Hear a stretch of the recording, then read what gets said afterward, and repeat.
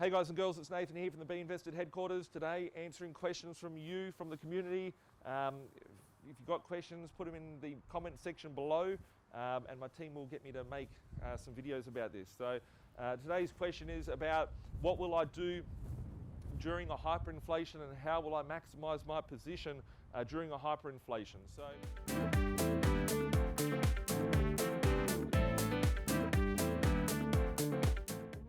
For those of you that don't know what a hyperinflation is, there's lots of information out there on Google and on YouTube about specifically how hyperinflation occurs. There's a lot of misinformation. There's a lot of people out there trying to sell you gold and silver as well, which isn't a bad investment vehicle, but it's not what I'm talking about here today. Today I'm going to be talking about, what sort of steps would I be taking to protect myself to go through a hyperinflation. So, hyperinflation, I first started talking about hyperinflation 2 years ago on this YouTube channel, and a lot of people thought that I was crazy. People said that I was, on drugs and all that sort of stuff. And now these are conversations that people are having, like, wow, what could happen in this scenario? We're seeing interest rates go negative. We're heading into a cashless society due to the fact that if you have access to cash and it's costing you to keep cash in the bank, there will be bank runs. So hence why there's capital control happening here in Australia. And it just really revolves around the fact that our economy is very, very weak. It has been weak for the last decade, and it's been slowly dying since the Monetary Act of the 1960s, when we went from the dollars and from the pounds and the pence to the dollars and the cents. We've gone to a fiat debt-based currency, which is dying and it is on its last sort of legs. So. Is it all scary? No. Some people will just get on with the day, nothing will happen.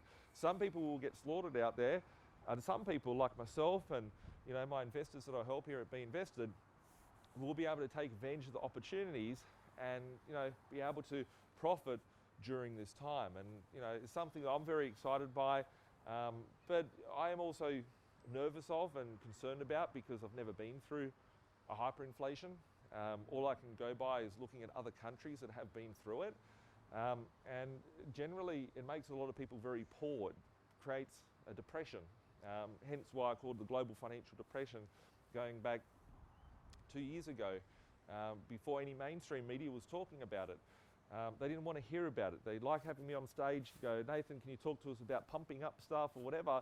But when I tell them about other reality, it's like, well, it could affect our advertisers here, so we won't talk about it today. But it's really important to understand that we are at a uncharted waters in the financial sector and with the currency system that we currently have. And as we enter towards a zero interest rate policy and to a negative interest rate policy, this is going to have profound effects on the economy, the biggest one being inflation, because people will go, well, I don't want to have the money, it's buying me less and less, I may as well go and spend it on something and that'll keep the economy going, but it will also end in hyperinflation. And to protect myself throughout that, I'm hedged very well against other sort of assets. I've got a lot of property, as a lot of you know. I think that he who has the most amount of debt attached to an asset will be very well off, which is why I'm very happy with having 17 mil worth of debt against 50 mil worth of property, with a cash flow that's going to be inflated as well. But I'm not just hedging my bets on property. Property is my favorite go-to vehicle. I'm invested in the cryptocurrencies. I'm invested into precious metals. I don't talk about precious metals out there, right? B.Invested is an investment firm, so I should probably talk about it. But I've been investing into precious metals for about 18 years now, maybe 19 years. I remember when I first started getting into precious metals and collectible coins and that back when I was about 15 years old. 14 years old, 15 years old, and looking at how these play effect, like in the market is very important. Am I backing everything on buying gold and silver? Certainly not. Gold and silver doesn't bring in a passive income. It doesn't bring in a cash flow. I'm all about cash flow. I want cash flow streams that are going to be inflated through a hyperinflation. So I've got various businesses. I've got different sort of financial assets out there and financial instruments. I'm not exposed to shares at the moment. I will be picking up shares and re-entering the stock market like I used to be back in the GFC. Once the GFD goes into full-fledged into danger zone and big hits are happening to the financial markets where I can pick up stuff below market value. I feel that the stock market is very inflated and very much over market value at the moment, hence why I'm not exposed in that market. So cryptocurrencies, precious metals, I do have a level of cash that I do allocate aside for these sort of times. However, cash is probably one of the scariest things for people, because most people think, oh, you better have cash and you better have money and you better have savings. But the reality is that we haven't even been through a property cycle. Everyone thinks the last 10 years we've seen property prices go up so much. We haven't seen property prices go up. We've seen the money buy less than what it used to.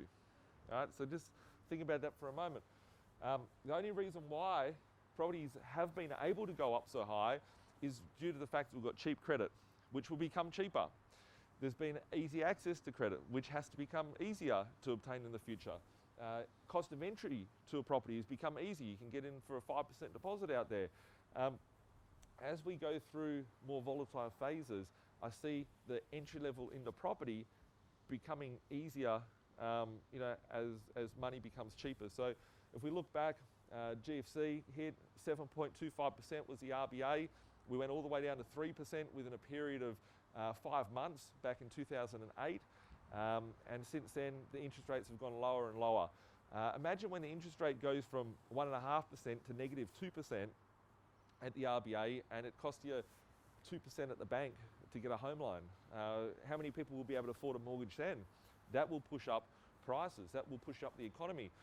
When people can start using their house as an ATM again, people will be out there buying more furniture. People will be buying more consumer goods, and that's what this system needs to push the market along. So, in my opinion, I think it's important to make sure you've got your cash flow in check, making sure that you can keep increasing your cash flow throughout this system, making sure that your expenses are becoming lower and lower so you can be streamlined to get through this system.